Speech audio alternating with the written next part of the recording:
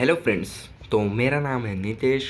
जैसा कि हमने देखा था इसके पहले वीडियो में इंट्रोडक्शन अबाउट फिज़िक्स, तो हम इस वीडियो में शुरू करेंगे मोशन ऑफ इन फिज़िक्स।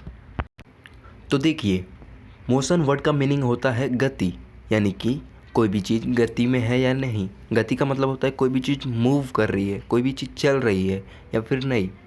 कोई भी चीज़ मोशन में हो सकती है या फिर नहीं हो सकती है, ठीक है। तो यानी कि और ये डिपेंड करता है हम किस रेफरेंस से देख रहे हैं, जो कि आप आगे चल के थोड़ा समझेंगे। तो अभी इंट्रोडक्शन के लिए मैं आपको ये बताना चाहता हूँ कि मोशन क्या होता है और कैसे होता है। कोई भी चीज़ मोशन में है या फिर नहीं है, ये हमें कैसे पता चलेगा। तो देखिए, फ़िज़िक्स में कोई भी चीज़ की स्टडी, फ़िज़िक्स का आप इंट्रोडक्शन देखे थे पिछले वीडियो में। जैसा कि हमने बोला था कि फ़िज़िक्स क्या है, एक study of natural phenomena and उससे ही रूल्स बनाए जाते हैं और रेगुलेशंस बनाए जाते हैं, उससे ही लॉज बनाए जाते हैं, उसकी प्रॉपर्टीज़ को स्टडी किया जाता है। कोई भी चीज़ फ़िज़िक्स में हो रहा है तो उसको स्टडी किया जा रहा है। अब कोई भी चीज़ हो रहा है तो यानी कि वो चीज़ कुछ तो मूव कर रही है या फिर चल रही है या फिर हिल रही है, कुछ भी तो मूवमेंट हो रहा है उसमें, तो उसे ही बोला जाता है मोशन, यानी कि गति। तो शुरू करते हैं ये प्यारा सा चैप्टर। तो आपको इस स्लाइड में दिख रहा होगा कि नील आर्मस्ट्रॉन्ग, आपको पता ही होगा, मून पे कदम रखने वाला सबसे पहला इंसान और जिसने सबसे पहले मून पे गया था जो, ठीक है। ओके, तो क्या बोलते हैं, that's one small step for a man, one giant leap for a mankind. मतलब कि उन्होंने जो वहाँ पे एक स्मॉल स्टेप लिया था, स्मॉल कदम बढ़ाया था, छोटा सा एक कदम बढ़ाया था, वो एक बहुत बड़ा छलांग है। किसके लिए? पूरे इंसानियत के लिए, पूरे ह्यूमैनिटी के लिए, पूरे मैनकाइंड के लिए। आप समझ रहे हैं?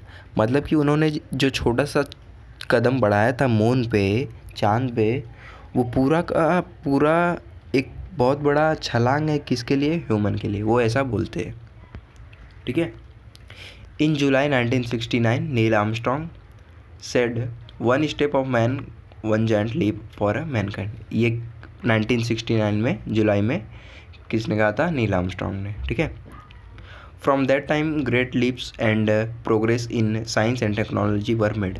उस टाइम पे बहुत सारे छलांग, लीप मतलब होता है छलांग, तो बहुत सारे मतलब कि साइंस और टेक्नोलॉजी में डेवलपमेंट्स हुए, जिससे चल के आज हम यहाँ पर देख सकते हैं पूरे वर्ल्ड का डेवलपमेंट, ठीक है। तो wireless communication, genetic engineering and space exploration are just some mankind achievements. ये सब जो है वायरलेस कम्युनिकेशन, जेनेटिक इंजीनियरिंग और स्पेस का एक्सप्लोरेशन, ये थोड़े से एक अचीवमेंट है इंसानियत की, ठीक है। तो Armstrong was able to leap on the surface of the moon at a height which he could not have reached on earth because of gravity. मतलब कि आर्मस्ट्रॉन्ग ने वहाँ पे जितना लंबा छलांग लगा लिया है ना, जितना ऊंचा छलांग लगा लिया, वो छलांग की हाइट अचीव कर पाना अर्थ पे उनके लिए इम्पॉसिबल और बहुत ही मुश्किल था।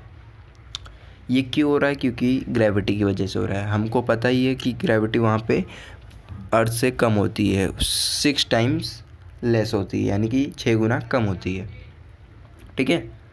As you know the gravitational force of on the moon is less compare to that earth, ठीक है।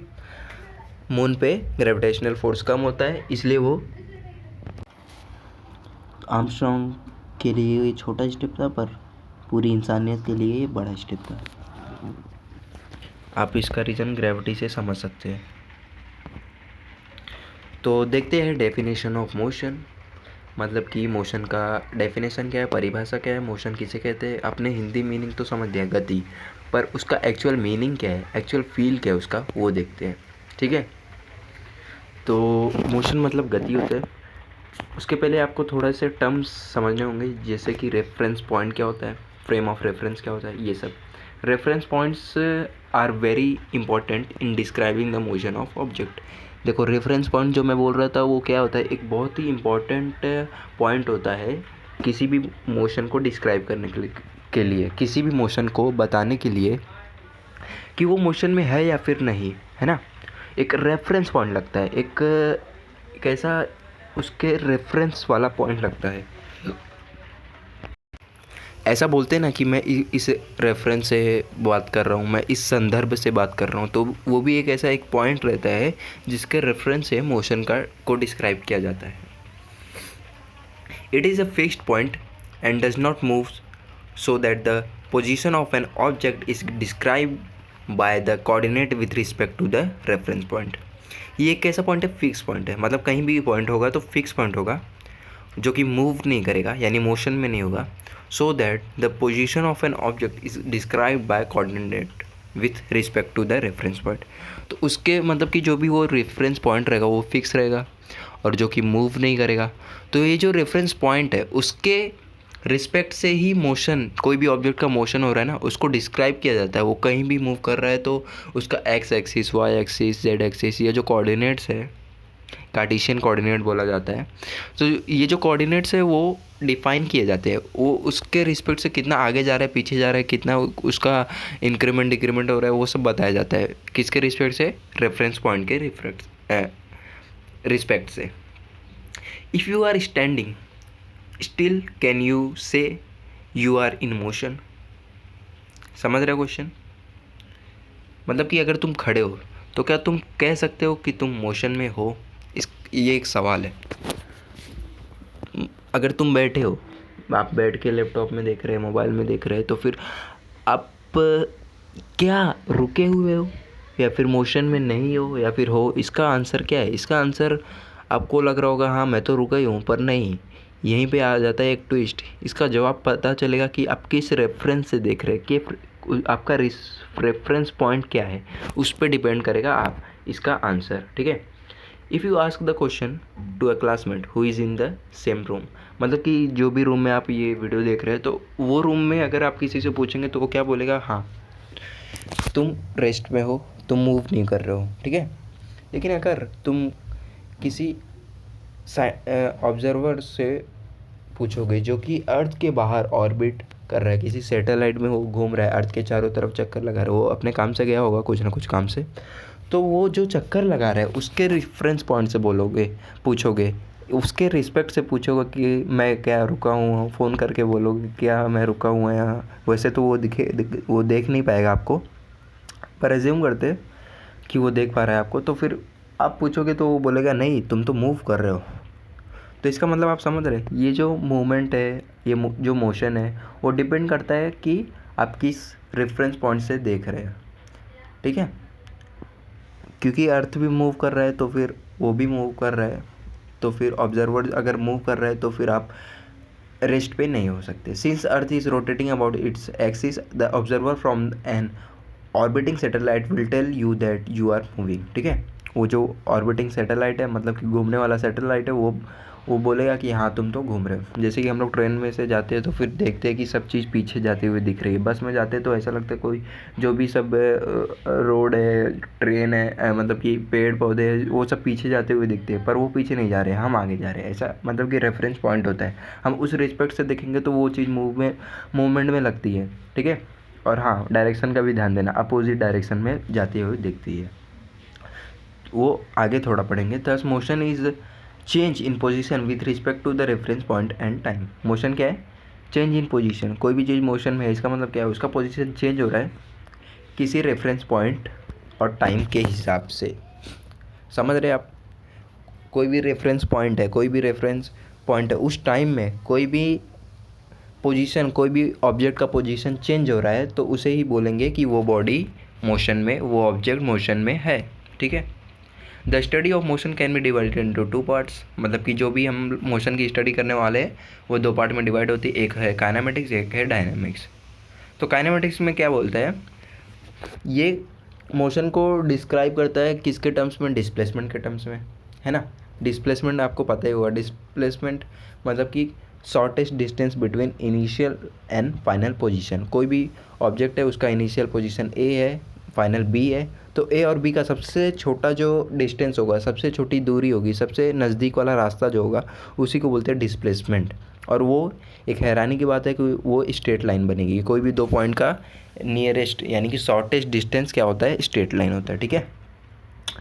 तो क्या बोल रहा है, ये जो काइनेमेटिक्स है वो डिस्प्लेसमेंट के टर्म्स में डिस्क्राइब करता है मोशन को, और जो डायनेमिक्स है इसमें क्या आता है, फोर्स आता है, एक्सेलरेशन आता है, वेलोसिटी आता है, ये सब आ जाता है, ठीक है ना। एक होता है ट्रांसलेशनल मोशन, जो मतलब कि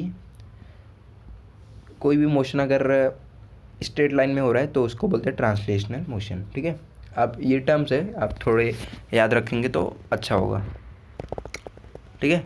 इन our study of translation we shall consider the origin of a Cartesian coordinate as a start of motion. Position, velocity and acceleration to the right of the origin are considered positive. अरे ये कुछ नहीं, x Y axis है, उसमें क्या है, right side का x जो आपको पता है वही लिखा है बस, ठीक है। तो इतना बड़ा लिखा हुआ डरने का नहीं। एक्स में राइट वाला पॉजिटिव, लेफ्ट वाला नेगेटिव, वाई में ऊपर वाला पॉजिटिव, नीचे वाला negative. On the next section you will consider the motion along. समझ गए आप, ठीक है। ये कार्टेशियन कोऑर्डिनेट है, और एक कोऑर्डिनेट होता है उसको बोलते हैं पोलर कोऑर्डिनेट, जिसमें आर और थीटा का यूज़ होता है, पर वो कभी और देखेंगे। अब आता है डिस्टेंस वर्सेस डिस्प्लेसमेंट। समझ रहे आप, डिस्टेंस और डिस्प्लेसमेंट क्या होता है। Quantities that are use to describe motion of an object either the, देखो जितना भी क्वांटिटी है, फिजिकल क्वांटिटी जितने भी पूरे दुनिया में है, वो दो टाइप में बांटे गए हैं। दो टाइप कौन कौन से, एक स्केलर है, एक वेक्टर है। एक के पास मैग्नीट्यूड है, यूनिट है, और एक के पास मैग्नीट्यूड, यूनिट प्लस डायरेक्शन है, ठीक है। Scalar quantities are those quantity that can be describe by completely magnitude and appropriate unit. Scalar quantity क्या होती है पता है, जिसके पास सिर्फ मैग्नीट्यूड हो और यूनिट हो, मतलब कि वो क्वांटिटी के पास मैग्नीट्यूड रहना चाहिए और यूनिट रहना चाहिए, उसे क्या कहा जाता है, स्केलर क्वांटिटी, ठीक है। तो scalar is any quantity in physics that has magnitude but no direction. Scalar quantity के पास डायरेक्शन नहीं होता है। समझ रहे आप। The meaning of magnitude is a size और क्वांटिटी। अब ये मैग्नीट्यूड का मीनिंग ये होता है कि उसका क्वांटिटी बता सकता है और साइज भी बता सकता है, उसकी वैल्यू क्या है, ठीक है। Sugar 2 kg, sugar is 2 kg बोलेंगे तो मतलब कि शुगर का मास है 2 किलो, तो उसके साथ उसका मैग्नीट्यूड बताया जा रहा है यानी कि 2, और यूनिट बताया जा रहा है यानी कि kg यानी किलो। तो ये होता है मैग्नीट्यूड और यूनिट। तो स्केलर के कुछ एग्जांपल है, जैसे speed, distance, age, heat, number of horses behind the school.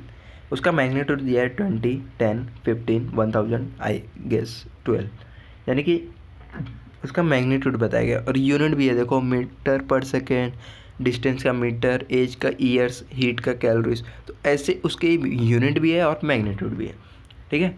अब वेक्टर क्वांटिटी क्या होता है, vector quantity are those that are completely describe by their magnitudes, appropriate units and direction. Vector quantities ऐसी quantities होती है इस यूनिवर्स में, इस नेचर में, जो कि जिसके पास होता है मैग्नीट्यूड, यूनिट और डायरेक्शन, ये तीनों जिसके पास होता है, ऐसे क्वांटिटी को कहा जाता है vector quantity. A distinction has to made between distance and displacement. कुछ तो डिफरेंस होता है ना डिस्टेंस और डिस्प्लेसमेंट, ये क्वेश्चन आते ही रहता है हर एक एग्ज़ाम, यूनिट टेस्ट हो गया, सेमिस्टर हो गया, तो इसमें वो लोग ऐसे ही देते रहते हैं, क्योंकि ये बेसिक है और बेसिक क्वेश्चन अक्सर ही पूछे जाते हैं एग्ज़ाम में। तो यहीं से आपको स्केलर और वेक्टर का एक अच्छी जानकारी हो जाएगी। देखो डिस्टेंस क्या होता है, स्केलर होता है, यानी कि उसके पास डायरेक्शन नहीं होता है। डिस्टेंस हम कोई भी दूरी, कहीं भी दूरी जो भी है, डिस्टेंस क्या होता है, दो पॉइंट के बीच का जो पाथ होता है उसको ट्रेस करते हैं, तो फिर उसका जो मैग्नीट्यूड आता है उसको ही बोलते हैं डिस्टेंस। मतलब कि वो जो पाथ रहता है, जितना पाथ वो कवर कर रहा है, कोई भी ऑब्जेक्ट कहीं से कहीं पे जा रहा है, इनिशियल से फाइनल पे जा रहा है, तो कितना पाथ वो कवर कर रहा है, कितना रास्ता चल रहा है, वो कितने दूर तक चल रहा है, पूरा वो रास्ते मायने रखती है, ठीक है। और वेक्टर के लिए क्या, सिर्फ मंजिल मायने रखता है, यानी कि इनिशियल और फाइनल पॉइंट बता दो बस, रास्ता वो मायने नहीं रखता है, ठीक है ना। लेकिन एक्चुअल लाइफ में देखा जाए तो रास्ता भी मायने रखता है ना, ठीक है, उससे आप रिलेट कर सकते हैं। Distance D travel by object is the length of the path taken by the object from initial and final position. जो मैं बोला वही इंग्लिश में लिखा है। डिस्प्लेसमेंट क्या होता है, डी एक वेक्टर होता है, यानी कि उसके पास डायरेक्शन होता है with direction pointing from initial to the final position and magnitude और length equal to the straight line distance from the initial and final position. Vector क्या होता है पता है, वेक्टर एक ऐसा क्वांटिटी है जिसके पास मैग्नीट्यूड होना चाहिए, यूनिट होना चाहिए, डायरेक्शन होना चाहिए। अब डिस्प्लेसमेंट एक एग्जांपल है वेक्टर का, डिस्प्लेसमेंट एक एग्जांपल है वेक्टर का, तो यानी कि उसे कहा जा सकता है उसके पास डायरेक्शन होता है। जैसे हम बोलेंगे कि अगर कोई भी ऑब्जेक्ट का डिस्प्लेसमेंट इतना है तो हमें सिर्फ इतना उसका मैग्नीट्यूड बता के ही काम से फुर्सत नहीं मिल सकता, उसका डायरेक्शन भी आपको लिखना ही पड़ेगा। डायरेक्शन कैसे लिखते हैं वो सब भी आपको आएगा, अभी सब बताएंगे धीरे धीरे, सब्र रखना पड़ेगा। तो कुछ क्वेश्चंस ले लेते, आपका कितना क्लियरिटी हुआ वो देखेंगे। मैं रिक्वेस्ट करूँगा कि आप पहले ट्राई कीजिए क्वेश्चन खुद से, फिर मैं जो बोल रहा हूँ आंसर मैच कीजिए, ठीक है। तो देखते हैं,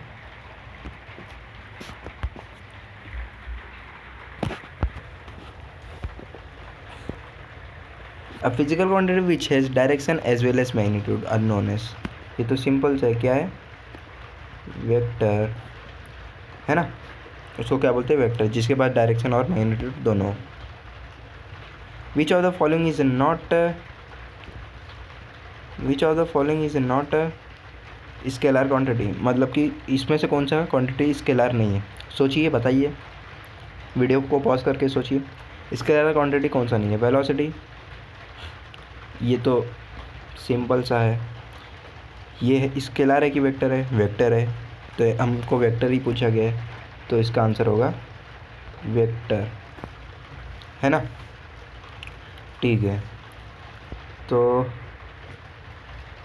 वेक्टर है, तो ये जो वेलोसिटी होता है वो होता है डिस्प्लेसमेंट बाय टाइम, ये फार्मूला है, ये आप थोड़ा याद रखना, काम आता है। और एक्सेलरेशन क्या होता है, change in velocity by time, या फिर change in speed by time भी होता है अगर वेलोसिटी नहीं दी है तो फिर देखिए वेलोसिटी क्या होता है, वेक्टर होता है। जितना भी ये टर्म है, डिस्प्लेसमेंट, वेलोसिटी, एक्सेलरेशन, ये सब क्या है, वेक्टर है। और जितना भी एनर्जी से रिलेटेड है एक टर्म है वो सब आता है स्केलर में, जैसे potential energy, kinetic energy, work भी एक फॉर्म ऑफ एनर्जी होता है जो आप आगे पढ़ेंगे, तो इसलिए ये तीनों स्केलर है। विच of the following is not a vector quantity, मतलब कि इसमें से स्केलर क्या है आपको बताना है। डिस्प्लेसमेंट नहीं है, डेंसिटी इसका पता नहीं, वेलोसिटी नहीं है, स्केलर बताना है, एक्सेलरेशन नहीं है, तो बचा क्या, डेंसिटी, तो फिर density is a right answer, ठीक है। तो अब अगर नॉट अ वेक्टर वो पूछा रहता तो सीधा अपने माइंड में स्केलर डाल दो कि स्केलर पूछा, ऐसा कंफ्यूज मत होना, वो कन्फ्यूजन के लिए ऐसे क्वेश्चन बनाए जाते हैं, तो ध्यान दीजिएगा। Which of the following statement is false, इसमें से फॉल्स कौन सा है वो आप देखिए, ये अच्छा क्वेश्चन है, तो मैं आपको दरख्वास्त करूँगा कि आप ट्राई कीजिए खुद से वीडियो को पॉज करके, ठीक है। आप पॉज कर लिए होंगे। Scalar quantities have a size और मैग्नीट्यूड ओनली, स्केलर क्वांटिटी के पास क्या साइज़ होता है और मैग्नीट्यूड ही होता है बस, यूनिट भी तो होता है ना, तो फिर ये गलत हो गया। Vector quantities have both magnitude and direction, sorry ये गलत नहीं हुआ, फर्स्ट साइज मतलब हो गया मैग्नीट्यूड, सही है, सॉरी, हाँ ये सही है, ए ऑप्शन सही है। बी ऑप्शन क्या है, vector quantities have both magnitude and direction, ये भी सही है। Mass, length and time are all scalar quantities, देखिए मास मतलब कि इसमें डायरेक्शन नहीं लगता, लेंथ में भी डायरेक्शन नहीं लगता है, और टाइम में भी डायरेक्शन नहीं लगता है। टाइम कोई भी डायरेक्शन में हो उतना ही रहता है, टाइम चेंज नहीं होता है, ठीक है। लेंथ भी चेंज नहीं होता है, तो फिर लेंथ यानी डिस्टेंस हो गया, तो वो स्केलर क्वांटिटी, ये भी सही है। अब डी ऑप्शन क्या बचा, तो आपको लग रहा होगा यही, लेकिन distance, velocity, acceleration are all vector quantity, ये सही है ना, नहीं, इसमें क्या सही नहीं है, डिस्टेंस एक स्केलर क्वांटिटी और बाकी दोनों वेक्टर है, इसलिए ये ऑप्शन गलत है, ठीक है। तो इसका आंसर डी होगा। बढ़ते हैं अपने नेक्स्ट क्वेश्चन की तरफ। Identify the following quantities as a scalar और vector, the mass of an object, the number of leaves on a tree, wind velocity. इसमें से आपको 3 चीज़ दिया गया है, उसमें से आपको बताना है वो वेक्टर है, स्केलर है या फिर वेक्टर है, यानी कि वेक्टर स्केलर दोनों में से क्या है, वो तीनों चीज़ को बताना है, ठीक है। तो ट्राई कीजिए आप, अच्छा क्वेश्चन है, ट्राई कर लिए होंगे, मैं बताता हूँ क्या बोला है। द मास, पहले तो मास है, मास क्या है, स्केलर है, तो दो ही ऑप्शन बचा, सी और D. The number of leaves, number क्या है, स्केलर ही है, तो यानी कि ए हो गया, सी ऑप्शन हो गया। और वेलोसिटी क्या है, वेक्टर है, यानी कि C option is a right option. तो बधाई हो अगर आपको, कॉन्ग्रेचुलेसन अगर आपको आपके पाँचों सवाल सही होंगे, यानी कि आप कॉन्सेप्ट समझ रहे हो। ठीक है, तो ये रहा आंसर की। तो बस मिलते हैं अगले लेक्चर में। अगर आप इंटरेस्टेड हो तो लाइक कीजिएगा, ठीक है। और अगर आपको कुछ समझ में नहीं आया हो तो कमेंट कीजिए, क्वेश्चन पूछ सकते हैं आप, ठीक है। और पढ़ाई करते रहे, all the very best. Comment में बताना ये किसका लाइन है। Okay bye.